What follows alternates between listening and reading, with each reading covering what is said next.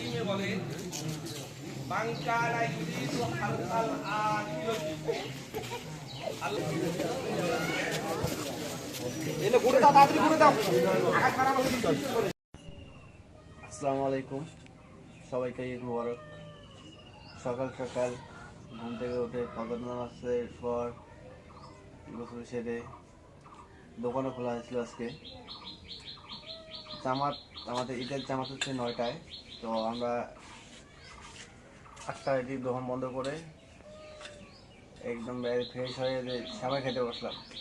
ঈদের দিনে সকালবেলা সেমাই আমরা দাওয়াত নেন ঈদের দিন। আবার অলরেডি সবাইকে ঈদের দাওয়াত দিল না? হ্যাঁ, তো আমার সেমাই খেয়ে মাঠে চলে যাবো। 9টায় জামাত, অলরেডি 1:30 বাজে, আর দেরি করা যাবে না।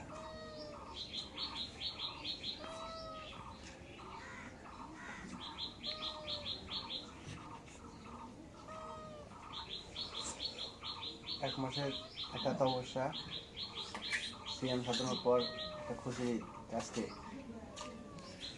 আজকের দিনটা গেলেই শেষ না? হুম, ঈদ ঈদ ঈদ শেষ। শেষ।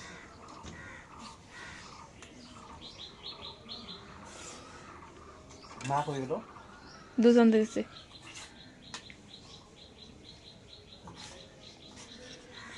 পায় না পায় যায় জিজ্ঞেস আছে বলে দিবস যে দুধের পাড়াপাড়ি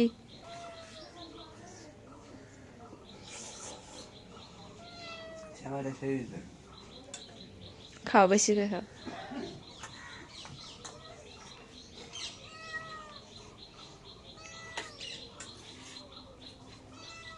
বিলেরা যে খাইতেছে বিলেটা দেওয়ালো কত? দিলে তো খাইব না, থিয়া যাবো গা দেখো। কিন্তু খাই দিতে না, আর মনে হচ্ছে ভাত খাই গেছি, এই জন্য এমন লাগে।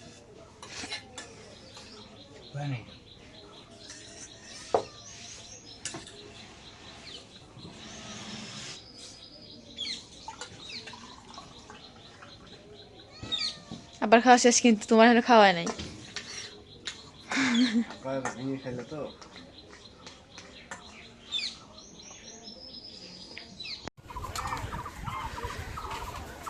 তো মসজিদের দিকে রওনা দিলাম, হাতে সময় কম, এই জন্য সাইকেলটা নিলাম।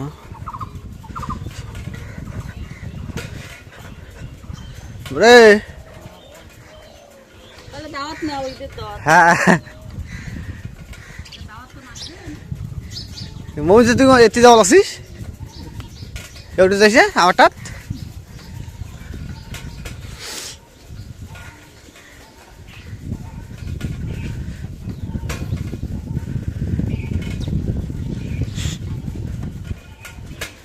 রে সময় তো কম।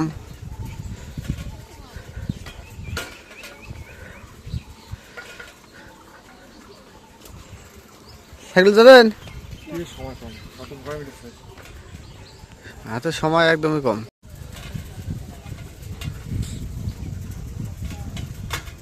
তো নতুন পাঞ্জাবি পাজামা পরে রওনা দিলাম আজকে সেই ঈদগাহের মাঠে।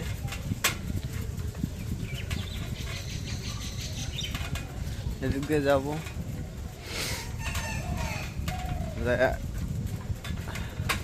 দাদার খবর আছে, আমার সাঁতার খবর আছে, তারপর দাদির খবর আছে, এদের খবর জিয়ারত করবো, শ্বশুরের খবর আছে, এগুলো জিয়ারত করে তারপর মাঠে যাব।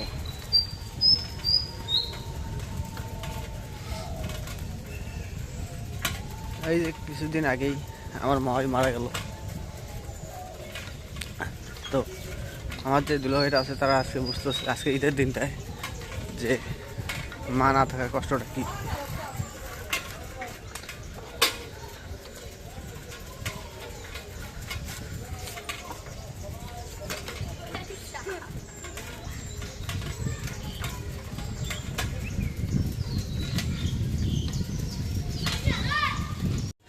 হ্যাঁ, কতক্ষণ লাগে?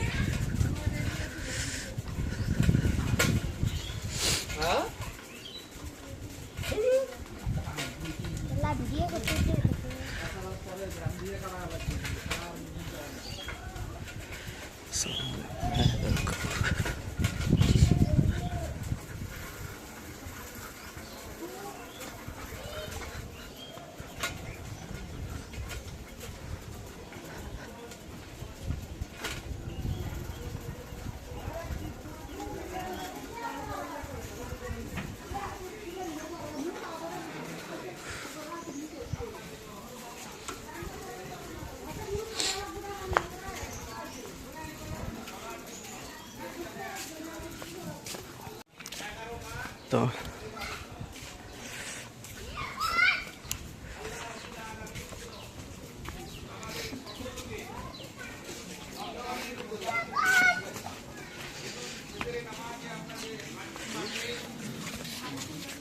আল্লাহ রাব্বুল আলামিন যেন এই সকল ইবাদতগুলো কবুল করুন। সবাই বলি আল্লাহুম্মা আমিন। সেই সঙ্গে আল্লাহ রাব্বুল আলামিন যেন আমাদের পূর্বের গুনাহ মাফ করেন। সবাই বলি আল্লাহুম্মা আমিন। আল্লাহ রাব্বুল আলামিন পবিত্র কুরআনুল কারীমে বলেন, মান কানা ইউরিদু হারসাল আখিরাতি, আল্লাহ বলে যে ব্যক্তি বা আমার যে বান্দা আখিরাতের আখিরাতকে অর্জন করতে চায় বা জান্নাত পেতে চায়, আসসালামু আলাইকুম।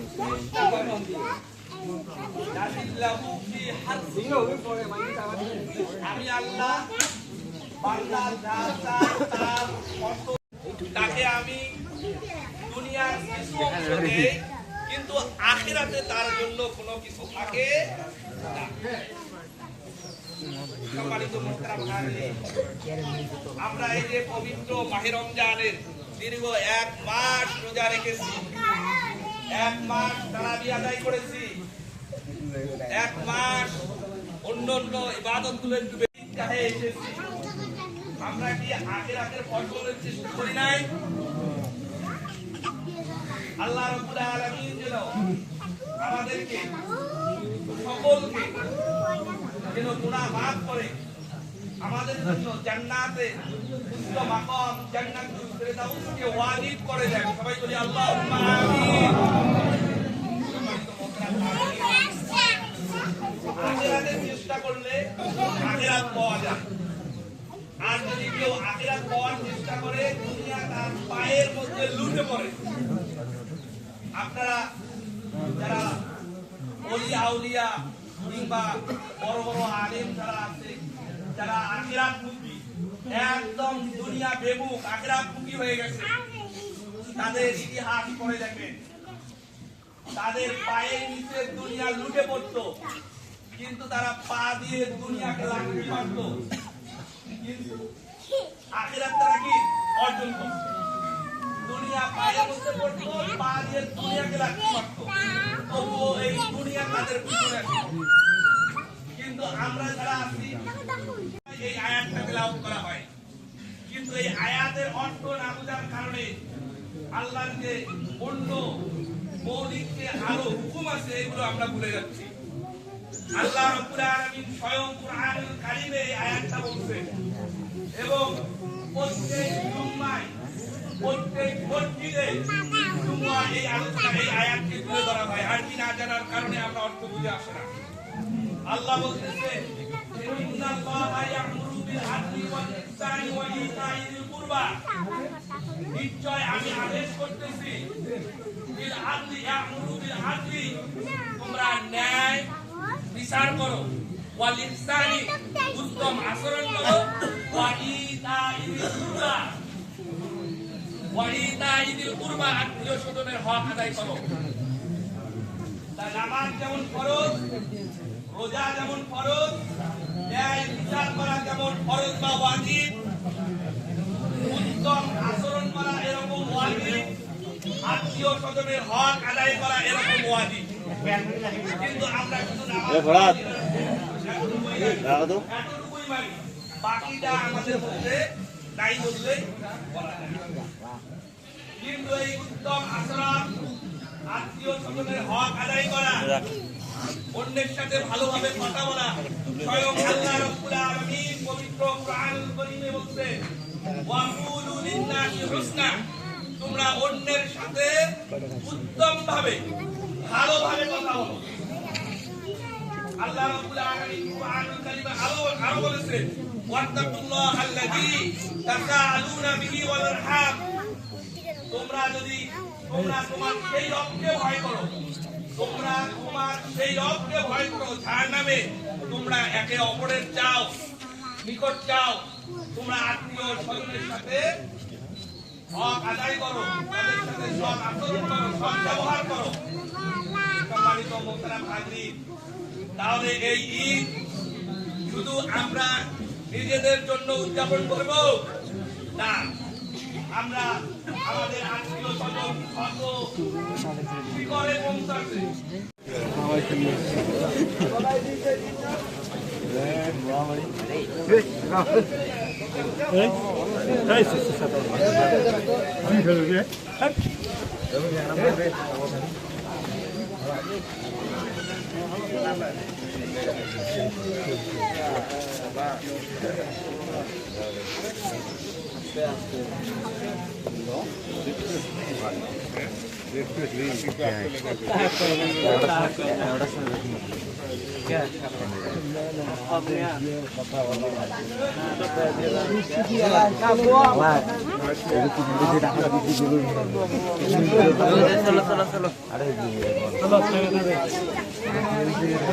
হ্যাঁ যাই ভাই, সামনে যাবো দেখবি।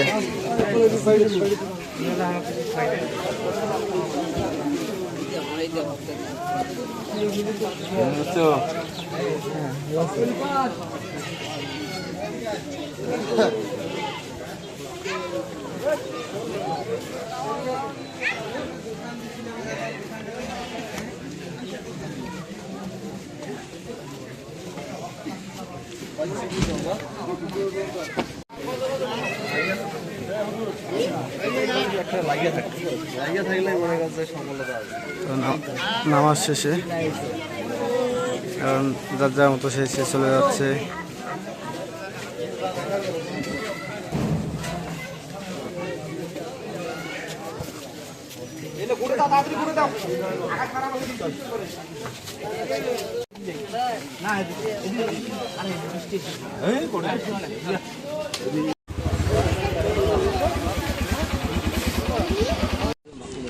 এই তুমি বাইরে যাচ্ছিস আজকে? আব্বা একটু বাইরে গেল, দোকানটা খুলতে বললাম যে তুই বলেছে বাইরে যাচ্ছিস, হচ্ছে না আজকে আমরা যাই, আজকে যাওয়া নাই, আজকে থাকে কালকে যাস, আজকে ঈদের দিনে যে আছে যে থাক। এ রানা এসে না কথা শুনে না রে, লুতোয় মানা করলো কিন্তু লুতোয় করলেও আজ আজকে যায় না। হ্যাঁ ওই মাছ কোন এসে যাওয়া যেটাই যাক, ও না যেটাই যাক, তুই ঈদের দিন মাসটা এটা আছে থাক, থাকি কালকে যাস না। আমি যাই না, লুতো কল আছে কথা যাওয়া চলা যায় না আজকে। ওই যে রানা ওই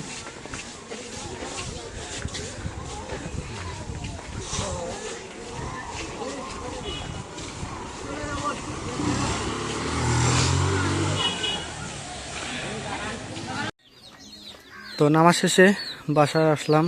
বাসায় এসে দোকান খুললাম, কিছুক্ষণ দোকানদারি করলাম, করার পর এখনও খাওয়া দাওয়া করতে পারি নাই। দোকানে আজকে জাঁকজমক বেচা কিনা চলছে। আর আজকে নামাজ পড়তে যায় অনেকজনের নতুন নতুন মুখ আজকে দেখা হইলো, মানে পরিচিত মুখ আজকে আসছে। আমার পুরাতো ভাই অনেকদিন পর আসছে। তো সবার সাথে কোলাকুলি শেষে ঈদের দিন আসলে এটাই একটা মজা, যে ধনী গরিব যতই বড় লোক হোক না কেন সবার সাথে একসাথে বসে নামাজ পড়া এবং কোলাকুলি করা, সবার সাথে মোলাকাত হয়, এটাই একটা ভালো লাগে। আর আজকে ঈদের ব্লগটা বা এক কথা সকাল থেকে জামাত পর্যন্ত মাঠের যে ব্লগগুলো আপনাদের কাছে কেমন লাগলো তো অবশ্যই একটু কমেন্টে জানাবেন। তো যদি ভালো লেগে থাকে অবশ্যই একটু লাইক কমেন্ট শেয়ার এবং সাবস্ক্রাইবটা করে দেবেন প্লিজ। এবং পরিশেষে আপনাদের সবাইকে আবারও ঈদ মোবারক জানিয়ে আজকের মতো এই জায়গায় বিদায় নিচ্ছি। আল্লাহ হাফেজ।